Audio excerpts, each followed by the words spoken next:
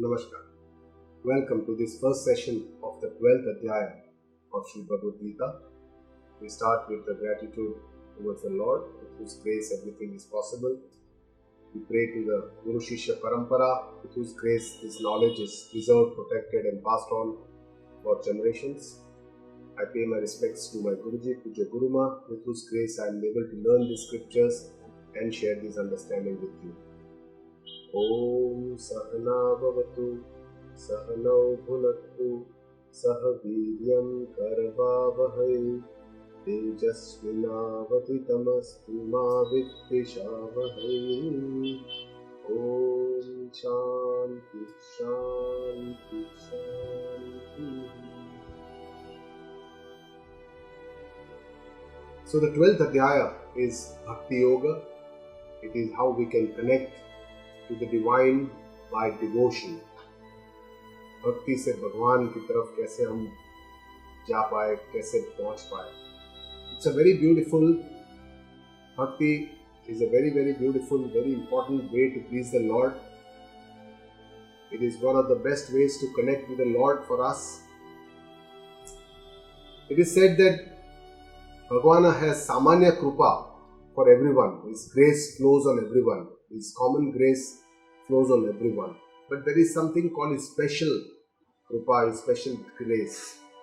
And this Vishesh Krupa is given to his devotees who ask for that special attention. So to get this special attention of the God, of the Lord, we need to do something special for the Lord. And that special is nothing but bhakti, devotional worship to the Lord.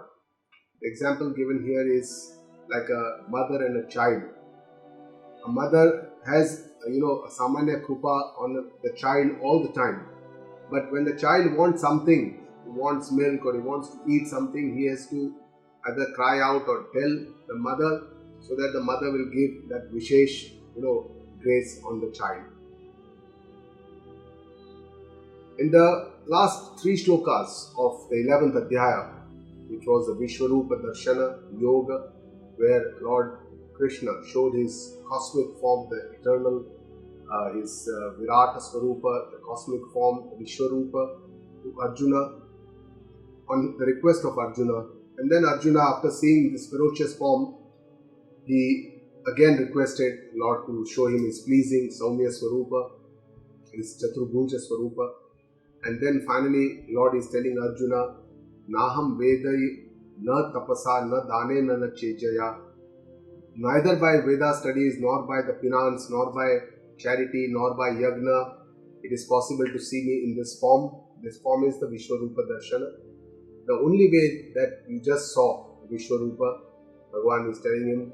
But then he also shows him the solution, how we can see Lord in his Vishwarupa. He says, Bhaktya Ananyaya. Bhaktya tu Ananyaya means with one pointed devotion. It is possible, O Arjuna, it is possible to see me, to know me in this Virata Swarupa. And he says, Jnatum Drashtum Tatvena, to know me, to see me and to understand me in reality. It is only possible with one pointed devotion. This is the backdrop of the 12th Adhyaya. This was the 11th Adhyaya, the 54th Shloka. And Lord clearly makes it very clear that devotion is the only way that we can become eligible for the grace of the Lord. And then final shloka of the 11th Adhyaya, Lord shows him the steps of the devotee's journey, Adhyatma Sadhana, the Bhakti Marga. And he says what he expects from his devotees or his seekers.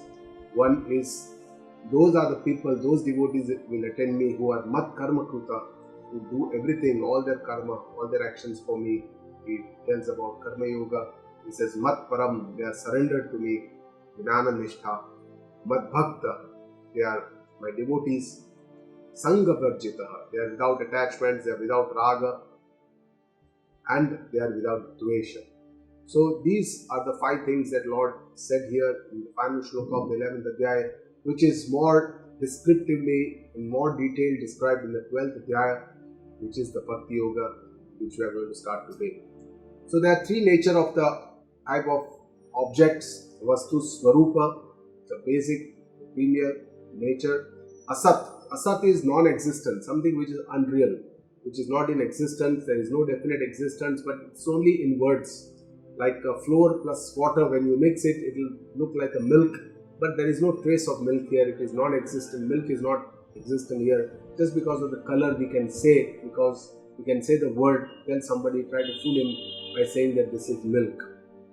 Sata, Sat Padartha is the one which is ever existent, which is real, the original. Something like a pure milk, which is, in Adhyatmic terms, we call it Chaitanya or Brahma or Atma Swarupa. It is the Sat Padartha which is always existent. It is Trikala Badita, it is Sat. That is the meaning of Sat. And then the third type of objects are, type of Vastu are Sat Asat mixed. They are both Sat as well as Asat.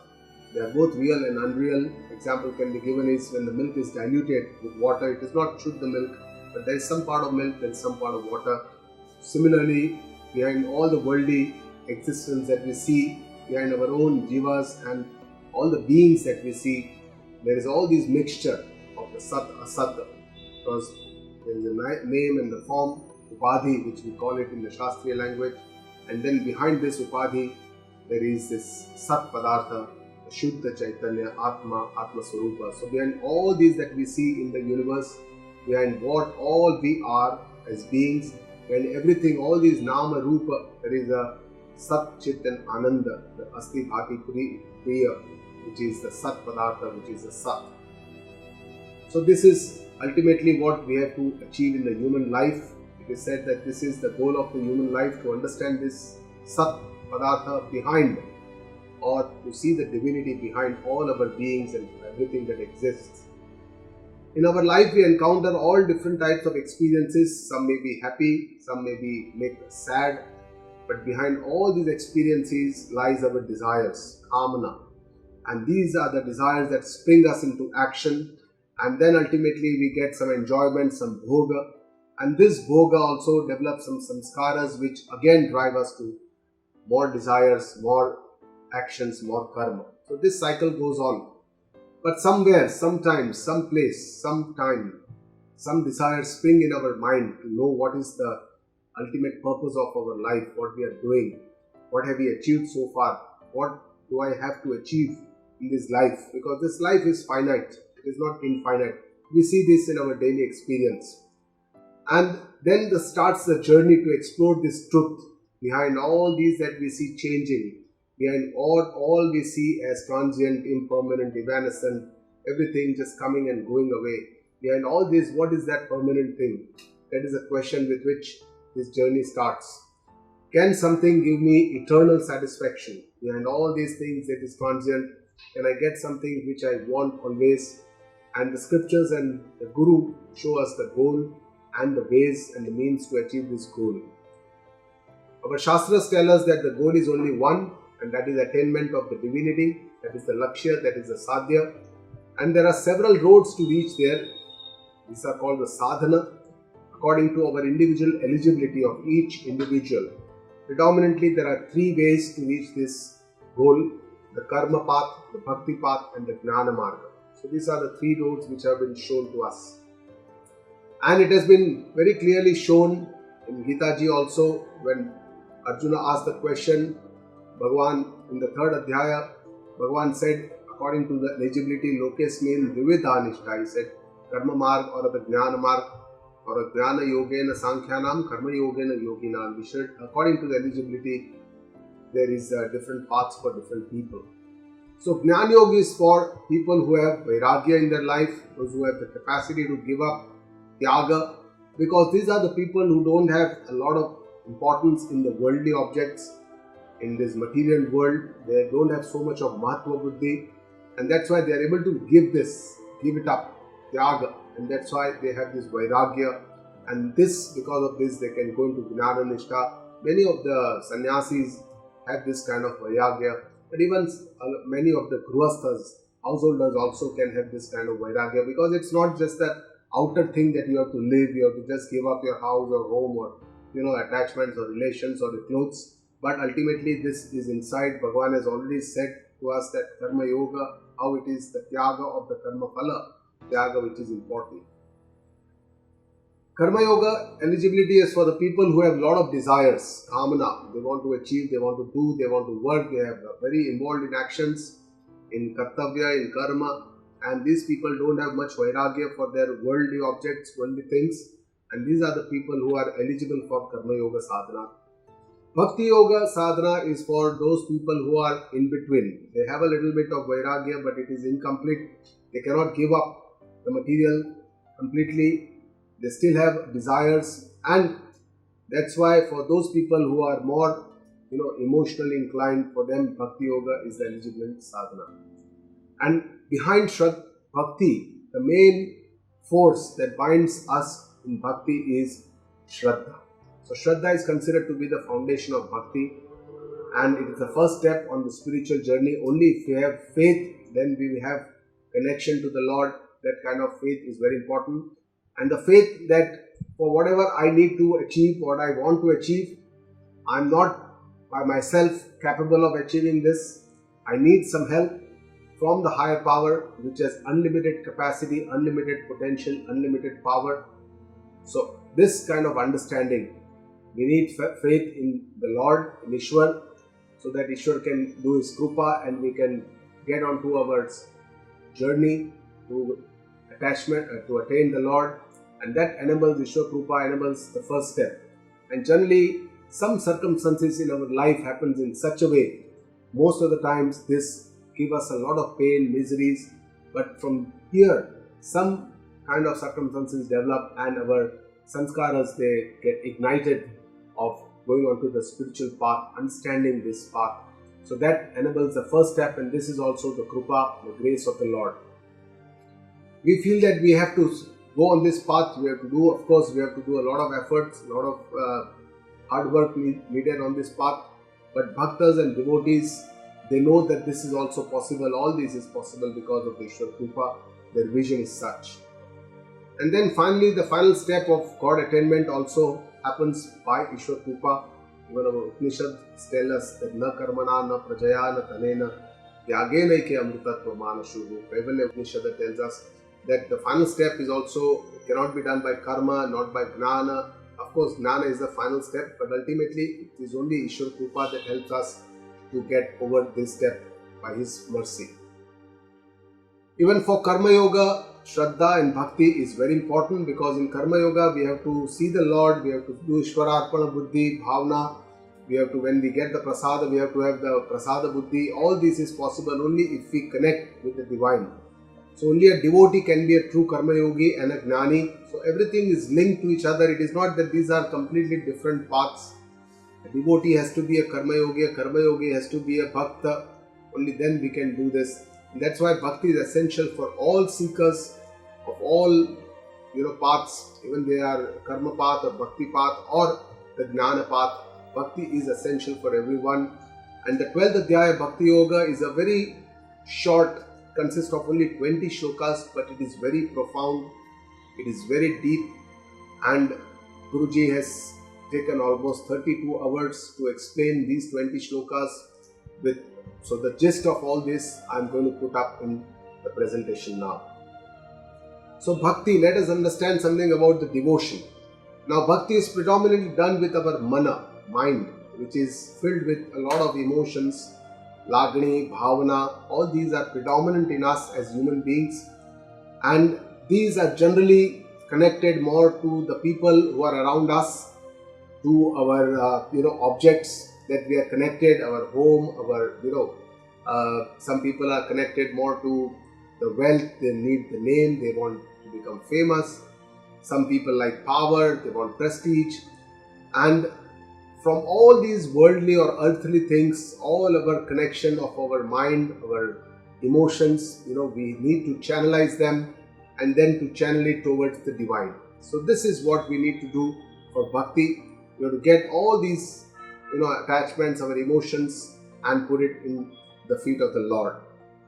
And for this, we also need to use our intellect. It is not that only with our mind we can do Bhakti, because even in Bhakti Marga, some firm decisions, discipline, sadhana, is needed. For this, we have to use our intellect.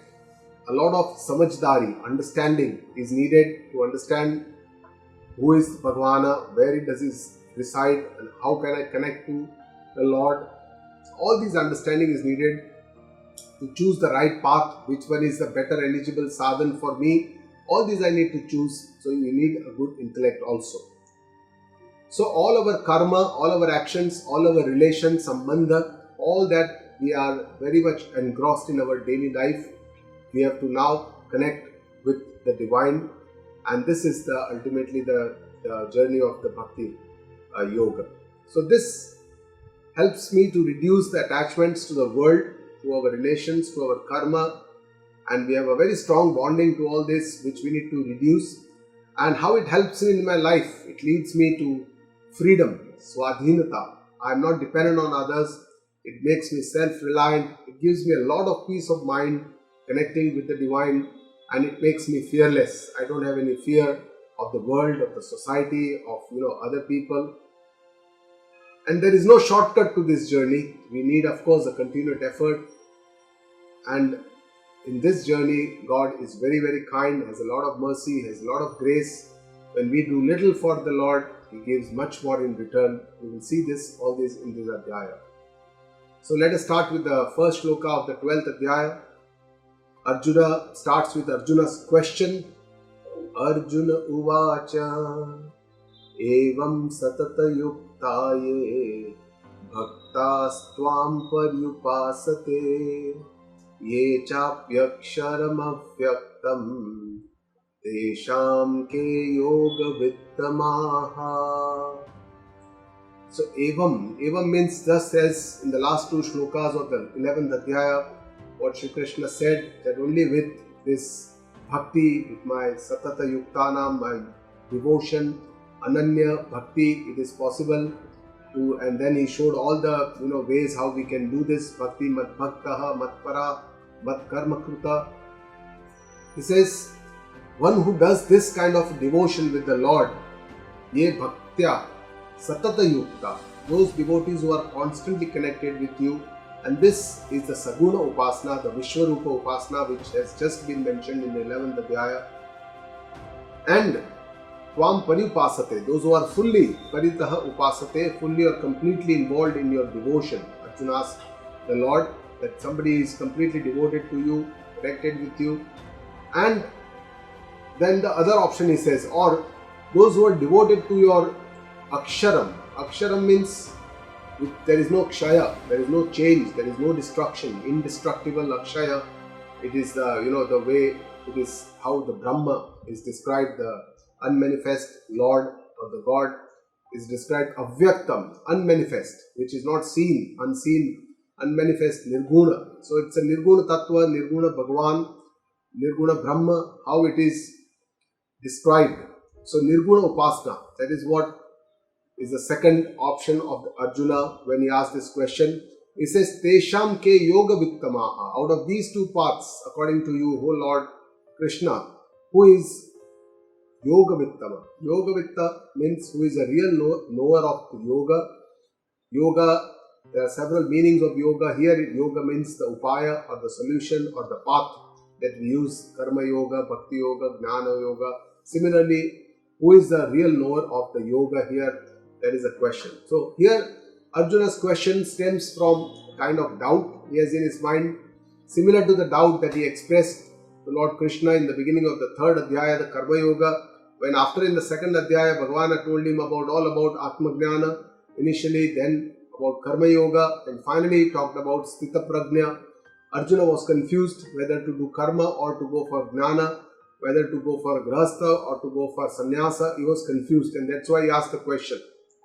After the 3rd and the 4th Adhyaya, when Arjuna listened to a lot of what Lord Krishna had to tell him about karma sannyasa, again there was a doubt in his mind. In the 5th Adhyaya, the first question he asked because of this doubt, whether karma yoga is better or karma sannyasa is better. Here also in the Bhakti Yoga, the beginning of Bhakti, Arjuna has a similar doubt where he asked this question to Lord Krishna, whether Saguna Bhakti, which is the bhakti of the name, form, identification of the Lord in a form, or the nirguna bhakti or the nirguna upasana, means devoting or worshipping the unmanifest avyakta akshara tattva, is better way, which is a better way to reach the Almighty, which is the better way for people who really understand what is yoga, who is Yoga Vittamaha. So that is the question of Arjuna. So here, Bhakta means who is a devotee. Bhakta, our scriptures tell us that Bhago Bhakta means one who keeps a bhag. Bhag means a share for God. That person is called a Bhakta. And one who keeps share for the God in all his life, in all his activities, in all his parts of the life. Say for example, time is our most important commodity. We find some time for the Lord from all our routine worldly affairs. Money, when we spend for so many things, but if we really take care of some of the selfless things for the Lord or for his other beings, we share our love for the Lord apart from sharing it with our relations. We use some thoughts, our mind, our intellect, our emotions, some thoughts for the mind, for the Lord, thinking about him. At home, we keep some place for his worship. We use some words, kirtana, bhajana, shravana, scriptures. We do some time for him. Food also, a lot of devotees offer first to the Lord and then only they eat. Similarly, in work also, we surrender all our actions to the Lord. So we connect with him in some way. We share everything with the Lord. We have his presence in our life. That is the person who is a devotee. And then we partner the Lord in our actions, in our karma, because karma is the predominant part of our life. So when I perform some actions, some karma, my professional, made by my personal, I must understand that I perform, I am the doer, but he is the giver. So he is the investor, he has created all this Jagata, he is the creator of this creation, and I am the worker, I am doing my duty which has been assigned to me, and this duty I need to do it with the best of my abilities, and then to give the result of this, it is ultimately to the Lord. I have to leave all these anxieties to the Lord. He is going to give me the best of results that I deserve. So this kind of a faith and connection is essential. And the third way we can understand this bhaga is that I am one part, ansha of Bhagavan. And not just I am the ansha of Bhagavan, but even all the other beings are a part or ansha of the Lord. So this ansha, anshi bhavana, which is called I am the ansha, Bhagavan is the anshi, is very similar to that of Vashti, Samashti, microcosm, the macrocosm, the body, how it is individually on an individual basis, and the cosmos, the Lord, on a universal basis. And between all the ansha, all the parts, say for example, in a body there are several organs working, there are several cells working, there are several different things are there. They all work in cooperation, and there is no competition in between. So everybody does their own duty. Hand picks up the food, puts it into the mouth. The tongue is going to taste it. The teeth is going to chew. The muscles of the pharynx, they will take the food into the food pipe, which will propagate the food. The stomach will churn, start mixing, and then the intestine will digest. The liver will assimilate and then give the energy to the entire body. So the entire body gets the nutrition. Everybody gets the fruits. It is all selfless. Nobody is selfish, no organ is selfish, and the fruits are shared by everyone. Everybody gets the nutrition. So this kind of a understanding between all the different jivas, all the different beings, that we are all part of the same whole, we are part of the whole existence, and this acceptance, complete acceptance of these bhavana, it is not very easy to understand, but it is something that a devotee will be able to understand. So how Lord Bhagavana Krishna, Bhagavana gives the answer to this question of Arjuna. Shri Bhagavanu Vacha Maya Veshya Mano Yema Nitya Yukta Upasate Shraddhaya Parayo Petaha Te Me Yukta Tamamataha. So Bhagavan says, Mai Aveshya Mana Ye Mam, one who keeps his mind in me, Nitya Yukta Upasate, and is constantly devoted to me.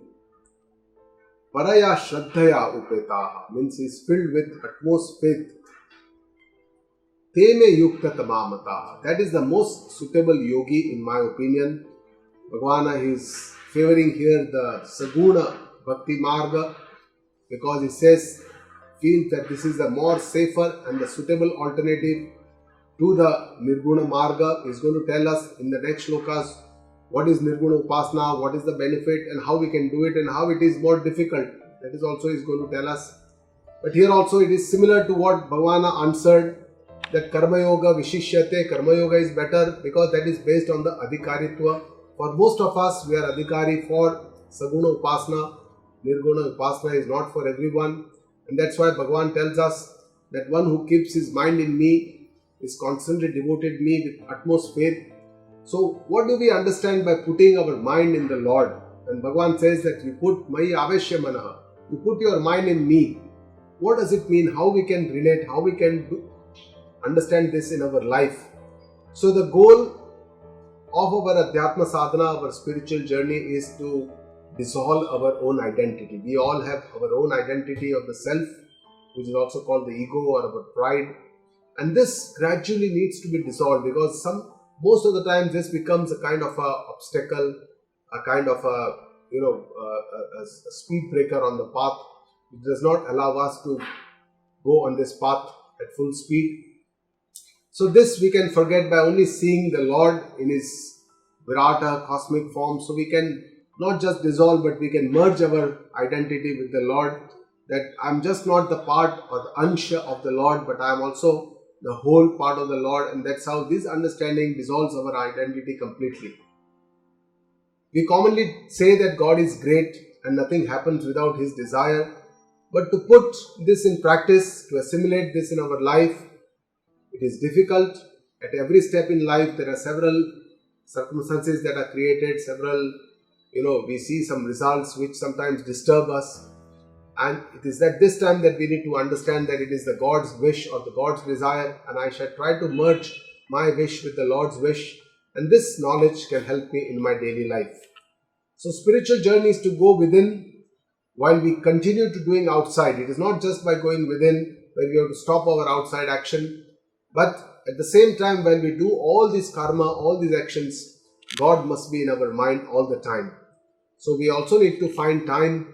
Put your mind in me, Bhagavan, when He says that is that, we should find some time for connecting with the Lord, sitting in silence, contemplating on the Lord. When we do all our actions, we should have Lord in our mind.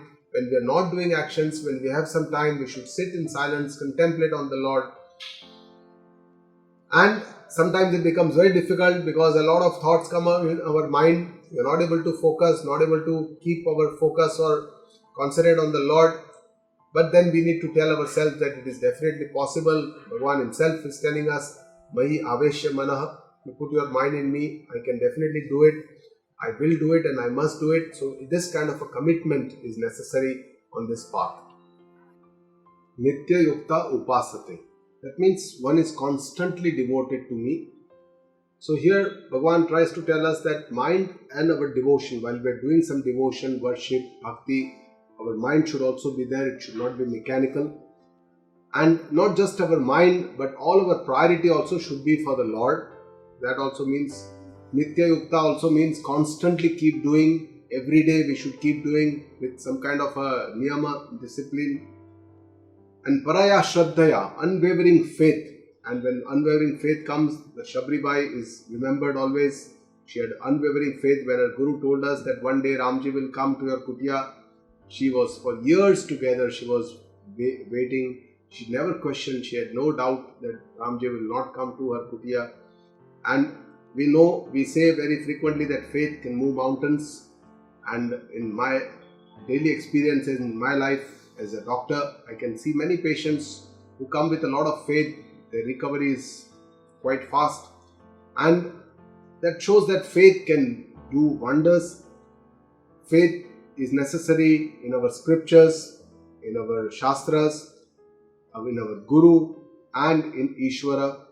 So all these is necessary, but it's also important to have faith in our own self, our own ability. Atma Shraddha is very important because we have to walk on this path after getting all the guidance of Guru, having Shraddha, having scriptures, all these help. Ultimately, we have to do this journey. And that's why faith in our own self is also very important. And the foundation of devotion is in faith. And that's why Paraya Shraddhaya, unflinching or unwavering faith, is of very great importance. So here, two roads are shown here. One is to reach the terrace, we can go by a staircase, we can walk up.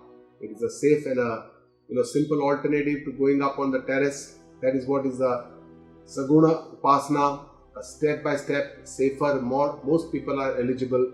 But the other way to reach the terrace is that we can run, we can jump on a bamboo pole and reach the terrace. This is a little risky.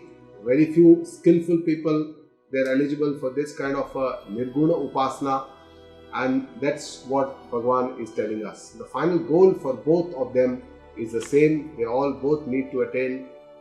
They need to reach the terrace, they need to attain the God, they need to attain the divinity, but the ways taken are a little different.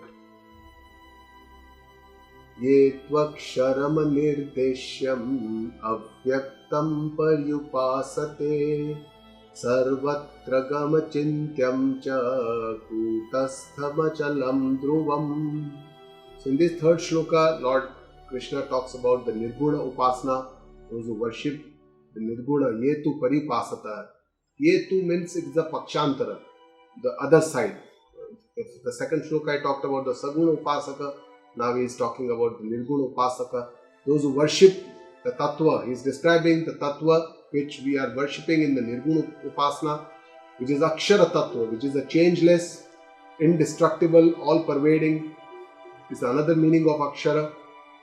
Anirdeshyam. Anirdeshyam means it cannot be nirdeshna kar sake, impossible to show or describe by words, or impossible to understand by senses, our indriya.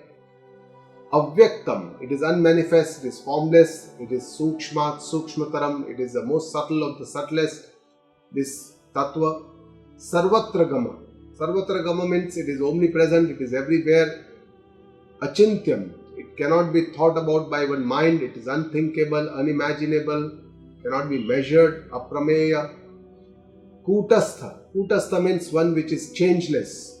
Kuta. And then Achalam. Achalam means immovable. And Dhruvam means eternal. It is always there. So these are all the ways that Lord Krishna is describing that Nirguna Brahma Tattva, which is also called Atma Tattva or the Brahma Tattva. And Guruji describes what are the differences between the Saguna and the Nirguna Upasana. The Saguna Upasana, which is the devotion to the name and form of the Lord, whether it could be in the Vishwarupa or in a Murti Swarupa, it is simpler, easier, and most are eligible for this. Nirguna Upasana, devotion to the formless Nirguna Brahma Tattva, it is more difficult, that Lord is going to tell us, and few people are eligible for this. The Saguna Upasana starts with the faith, Shraddha in the Bhagavan, Guru and Shastra, and this Shraddha is always there in our Hindu families. It is the sanskaras is already there. Whereas the Nirguna Upasana starts with the Jignasa, the desire to know the truth. And this is not always available, and this is opposite to our regular sanskara. The Saguna Upasana can be started easily as the faith is already there, whereas Nirguna Upasana is more difficult to start because eligibility is the Sadhana Chatushtya Sampatti, the Shama, Dhamma, Uparati, Shraddha, Samadhana, Titiksha, Mumuksha. All these is needed in Sadhana Chatushtya Sampatti. The Saguna Upasana, there is a support of the name and the form, the Lord, Murti, or some kind of scene support is there. Whereas in Nirguna Upasana, there is no scene support. It is a very subtle, unseen tattva, and that's why it's very difficult for us to even understand for most people. In Saguna Upasana, emotion, love, and all our relations that we are connected in our life, it's to be diverted to the Lord. In the Nirguna Upasana, there is no relation because the tattva is asanga. There is no attachment. In Saguna Upasana, we do not need to change our life in a very big way. We can start in our own routine life with some seva, puja, archana, kirtanam, japa, dhyan, mala, anything. Whereas in Nirguna Upasana, a major change in our life is necessary because it requires Shravana, Manana, Nididhyasana and Upasana, Dhyana. In Saguna Upasana, we accept the name and the form of the Lord, so there is no giving up. Tyaga, bahut kam hai. Whereas in Nirguna Upasana, we need to give up Vairagya and Neti Neti. We have to let go of a lot of things to achieve and understand. A lot of our layers have to be, peeled off before we can understand the Nirguna Atma Tattva. Saguna Upasana is easier. Guruji says like eating, some popcorn or something. And Nirguna Upasana is difficult, more difficult as eating nuts. But it is not impossible. People who have a good strong teeth, they can definitely eat nuts. They can keep on doing it and they will reach the truth. So ultimately the goal is the same for both. And the fourth shloka, Lord Krishna describes the three sadhanas used by Nirguna Upasaka. Sanyemyandriya gramam sarvatra samabuddhayaha te prapnuvanti mameva sarvabhuta hite rataha. So three gunas or sadhanas or means for Nirguna devotee. One, Sanyamya Indriya Gramam, means control over all the sense organs, all our Jnanendriya and our Karmendriya. Sanyama, Indriya Sanyama is very, very important. And Bhagavan Krishna talks about Indriya Sanyam in so many different parts of this Gita Ji. Right from the second Adhyaya he talked about, when he's talked about Sita Prajna, Yada Kurmongani Vasarvashaha, gave an example of turtle. And finally in many, many Adhyayas he's talking about Indriya Sanyama. Sarvatra Samabuddhaya, where everywhere equipoised, equal-minded. Samata, it talks about Samata, and this is the, the guna of the mana. Man should be Samatva. Whenever we get any result, we should be on all these dualities, we should remain Sama. And the third is Sarva Bhuta Hite Rataha, involved in good of all the beings, Ahimsa, Hita, Kalyana. And this is denotes by body, we should not harm anyone, Ahimsa. That is what Lord Krishna tries to tell us. So Indriya, Mana and Sharira, at these three, how our understanding, we don't, unnecessary things, we don't imbibe in our mind. Indriya Sanyama, first step. Whatever comes in our mind, whatever happens in our life, Mana should remain Samatva, and then when it comes into action, Sharira, we don't harm anyone, we remain Ahimsaka. So this is what, these are the people who says, Lord Krishna says, they Prapnuvanti Mameva, they attain me only, they become one with me because they understand my true Atma Swarupa and they become Advaita, they become one with me. So Indriya Sanyama has been talked about, has been spoken to at length before also, which is more important in Nirguna Bhakti. Of course, it is also important in Saguna Bhakti because in all kinds of spiritual journey, Indriya Sanyama is essential. But in Nirguna Bhakti, because the goal, the tattva is much more sukshma, much more subtle. Indriya Sanyama is even more important here. And Sanyama essentially means our balance, modulation, and this requires some kind of a vairagya, this requires some kind of a tyaga, dispassion, disattachment from these worldly objects, and then moving on to the divine divinity.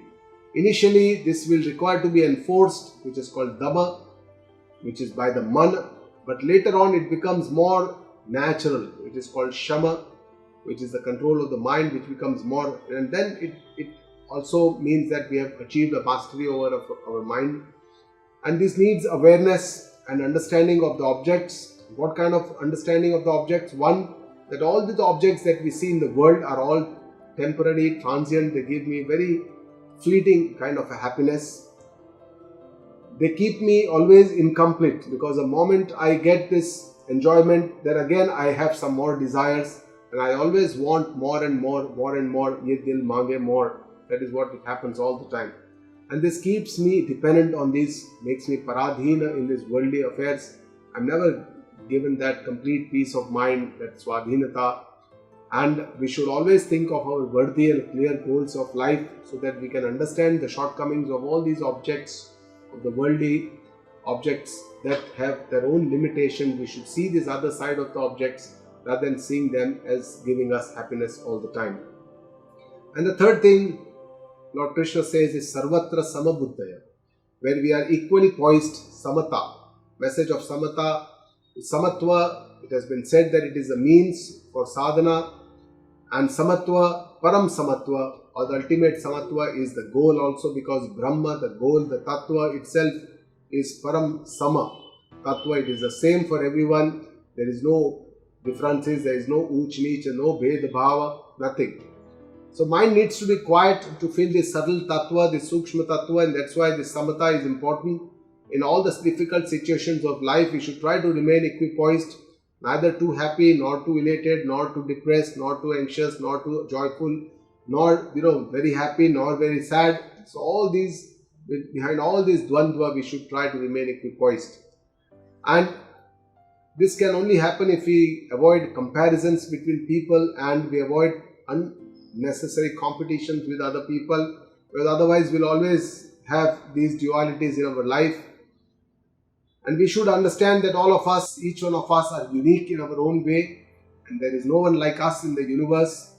And I am what I am. I don't need to be another person, so that society pressures should not try to guide my path, and I don't need to prove anything of myself to anyone else. And that's why there is no role of having complexes in my life. So all this understanding helps me to remain equipoised, sarvatra samabuddhayaha, equipoised in life. And the third thing is sarva bhuta hite rataha, involved in the good of all the beings, ahimsa, always hope for the best for everyone, hita kalyana, for everyone, don't hurt anyone. And that's what saguna marg, with bhakti yoga we can achieve the jnana and lead to the final goal of moksha. And it's the same with nirguna marg, jnana yoga, jnana and moksha. Ultimately the goal is the same for both the marga. And that's why the tatparya or the conclusion of this is that it is not just we can use either the saguna or the nirguna marga, but we can use the combination of the saguna and the nirguna marga. This combination can be even better because we can do some dhyana, nirguna dhyana. If we cannot do it, then we can do japa, mala for some time. Then if we can't concentrate, again we can go to nirguna dhyana. So these are the combination of sadhanas we can use to attain the divinity. Even in Ishavasya Upanishad, there are 3 shlokas which tell us about these. Yaha asambhutim upasate and sambhutim upasate. Sambhutim means the saguna upasana, asambhutim upasana means the nirguna upasana. And there it is said that it's better to do samuchya. Combination of both these upasanas is always better than just doing one or the other upasana. Kleshodhikatarastesham avyakta sakta chetasam avyakta hi gatir dukkham dehavat virabhapyate. So in this shloka, Lord Krishna tells us that the Nirguna Marg is more difficult. There are more difficulties, klesha adhikatara. There are more difficulties on this part for the people, tesham, those who devote to the avyakta asakta chetasam, nirgun, nirakar, formless, avyakta, asakta, nirgun tattva. So for them the difficulties are more on the path avyakta hi gatir dukkham. Path to the attain the unmanifest has more dukkha, more miseries on this path. Why is it so? Because we are all identified with our bodies. Dehavat virabhapyate means of this bodily identification, because we understand that we are the body. We are all embodied beings, and that's why it becomes very difficult to get those attachment away and to directly connect to the Nirguna Nirakar Tattva. And since many lives we have also that experience that I'm drashta, I call these as my body. I don't say this is I say this is my body. That means that the I and the mind is different. And this drashta, drashya, viveka, this understanding that the body is an object, it is not a subject. And what is the subject? I, the consciousness is the subject. So this understanding gradually comes with our scriptures. When they explain us, we have this understanding. So klesha adhikatara tesham avyakta sakta chetasam. That means that it is more difficult to go on to the path of the nirguna upasana, the formless devotion. Saguna bhakti marg is easier. Bhagavan doesn't say it is easy, but he says it is relatively easier than the nirguna upasana. And Guruji shows us that there are different levels of difficulties, the degrees of difficulty starting from aklesha. There is no difficulty, and this is like a very natural jnani, Santa Mahapurusha, like a weather which is in January and February in most parts of India apart from the extreme north, where it is very comfortable weather, there is no difficulty. Alpa klesha is the second level. There is a little more difficulty when March starts, when the heat starts, and this gives light to a little bit more difficulty. Samanya klesha, So little more difficulty in April. There is slightly more heat. Most parts of India, this gives some more difficulty. Adhika klesha, more difficulty May when the heat really picks up. It comes into the 40s degrees centigrade, and then this is Bhagwan describes this as a adhika klesha, that is with the saguna upasana. Adhikatara klesha, it is much more difficulty when the peak of this happens in the 3rd or the 4th week of May, where the temperature goes to the peak of say 44-45 degrees of centigrade, what we get here. So that is like more of a Nirguna Upasana, Adhikatara Klesha, and Adhikatam, which is the highest degree of Klesha, maximum difficulty in June, when the temperatures do fall, but it becomes very, very humid, because after 1 or 2 showers, the humidity increases. It becomes even more difficult to endure this difficulty. And this is the understanding how neither Saguna nor the Nirguna Upasana is easy. Neither, both are difficult, but relatively the Nirguna Upasana, Bhagavan says, is Adhikatara Klesham Avyakta Sachetasam. So Arjuna must have become confused by this, whether he should really go into Saguna, whether he should go into Nirguna. So Bhagavan tells him what he should do.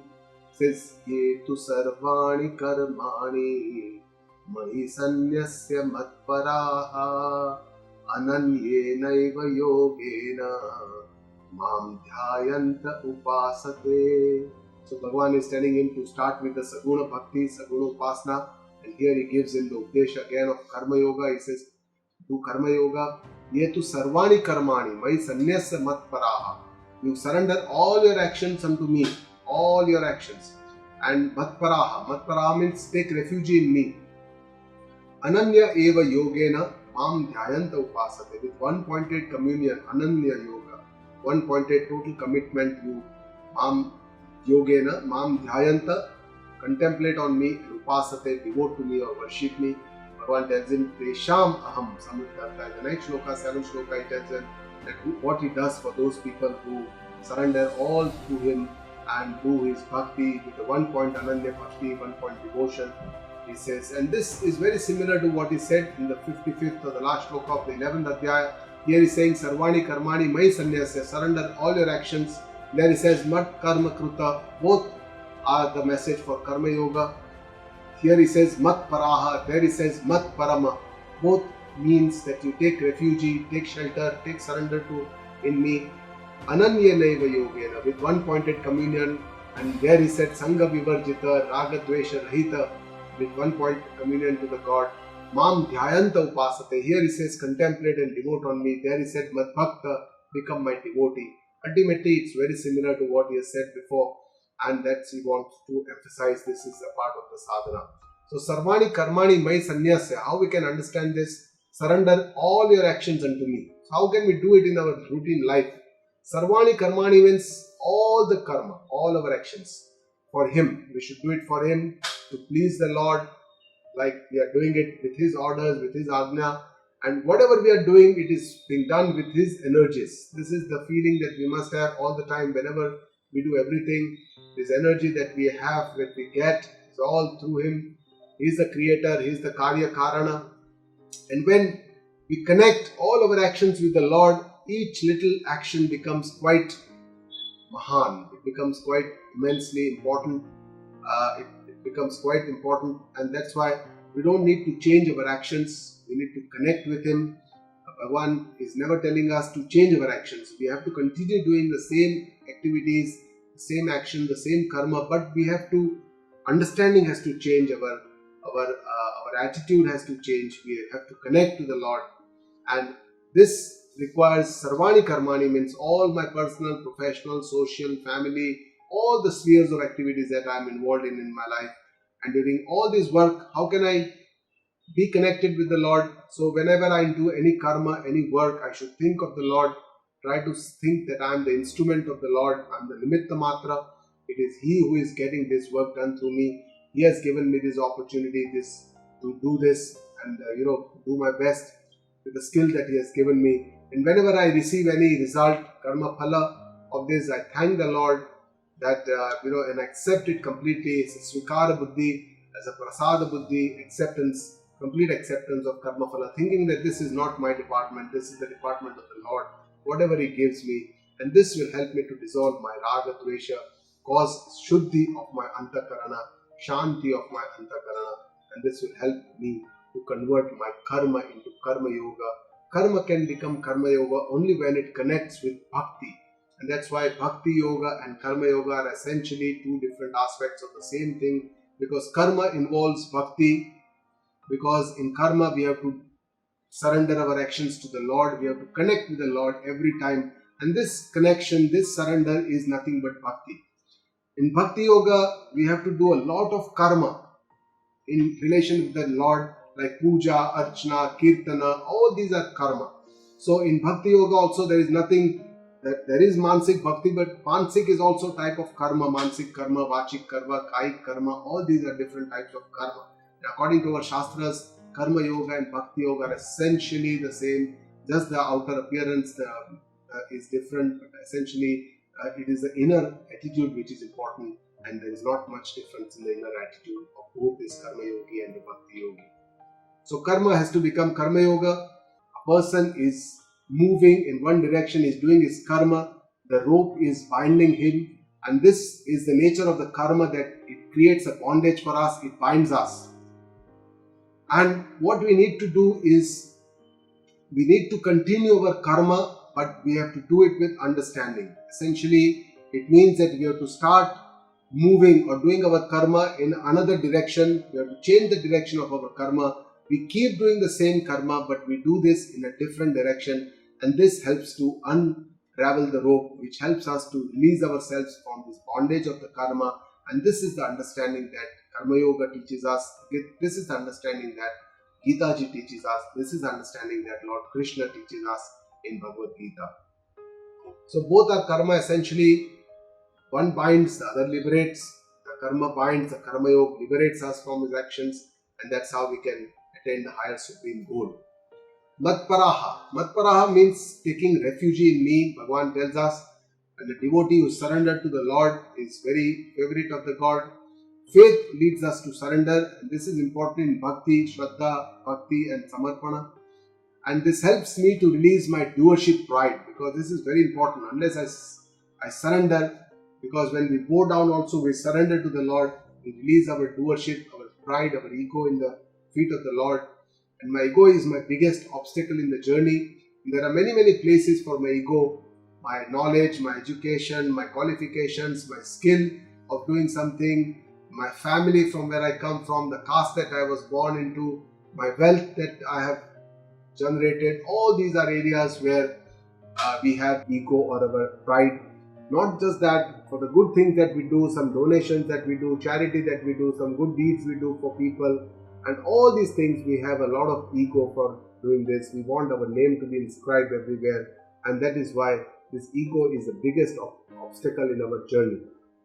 So God's wish is considered to be supreme for those devotees who are into devotion, Ananya Bhakti. For them the God's wish is supreme, and to accept God's wish always in all the circumstances in our life is not always easy. And the another meaning of Matpara means Purna, complete, Sarvasva, everything, or Mukhya, Pradhana, or even Sheshi as the owner. Say for example, a vehicle is owned by an owner, so Shesha and Sheshi. Sheshi is the owner. Similarly, Bhagavan is the owner of all these creation, and we are the workers.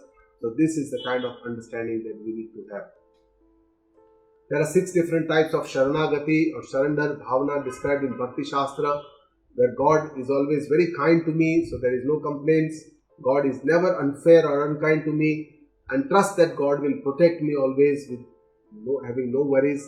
To select God as a protector for all our fears and worries, merge my identity and pride into God. He is the doer, I am the doer, and then finally I am nothing in front of God. Dasa Bhava, Deenata. So this is what are the 6 types of Sharanagati. So important points in Bhakti Sadhana, as Acharya tells us, is to remain very aware about our feelings, our vrutti, our ahankara, so that it does not get attached anywhere. Sukshma Raga Dvesha in our mind, which does not allow the progress on our onward journey. Introspection therefore is very important. Just like we clean our house every day, daily cleansing of our mind is also very important.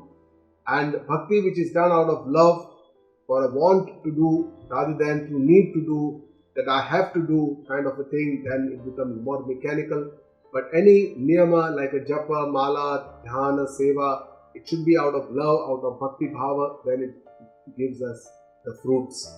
And with this bhakti bhava, we have to develop an intimate relation with the Lord, and this helps me to make my heart softer, cleaner, more compassionate, more shuddha, sattva, and sukshma, so that I can go on to this further the study of the scriptures, jnana sadhana, and to get moksha. So to try to develop bhakti in our life, we need to know more about God, and this we can know by reading scriptures, by reading, listening to the Leela Katha of Bhagwan, like the Granths like Bhagavata, Sapta, Katha, and better to be with a devotee, to learn devotion, to learn bhakti. I'm fortunate my better half is a devotee. I'm trying to learn devotion from her, and this nurtures the love, it grows ultimately, and this we have to develop a loving bond with the Lord, with the God, and that is all bhakti is all about. Ananya eva yogena, one pointed commitment, means that we can see the world as a manifestation of the Lord. In the entire creation, we can see the Lord everywhere. God becomes the most important priority for us. One pointed ananya eva yogena. Everything else comes secondary. And mam dhyayanta upasate means contemplate and devote to me on the saguna form, the Vishwarupa, either the Vishwarupa Dhyana, the Ashtamurti of the Lord, or the Ishtadeva Murti, the one form Murti of the Lord, or Japa, Dhyana, name chanting, worship, mantra japa, all these are Saguna Bhakti. And what Bhagavan is going to do for these devotees, he says, Teshamaham samuddharta mrityu sansara sagara bhavami nachirat partha maya veshita chetasam. So Bhagavan says he does quite a bit for the devotees. What are the benefits of doing this type of Ananya Bhakti? What is the benefit? Mai aveshita chetasam, for those whose mind is completely onto me, tesham aham samuddharta bhavami, I deliver them, उनका उद्धारक मैं करता हूँ. भगवान कहते हैं, I deliver them, I free them from mrityu sansara sagara, the ocean of life and death. This sansara is considered to be like an ocean of death and life. Nachirat partha. Nachirat means instantly, very soon, does not take much time. Oh Arjuna, Bhagavan is very dayalu, he is krupalu, he gives more than 1,000 times than what devotees does for him. And this is God, he is going to describe the next few shlokas, the steps of the bhakti sadhana, the saguna upasana, how we can do it, what the Lord expects from a devotee. His expectations are very high as usual, and it is a beautiful explanation which is given, which we will see it in the next session. Thank you. Guru Brahma Guru Vishnu Guru Devo Maheshwara Guru Sakshat Parah Brahma Tasmai Shri Guruve Namaha.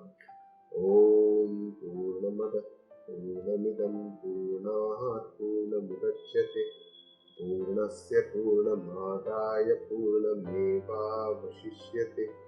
Om Shanti Shanti Shanti.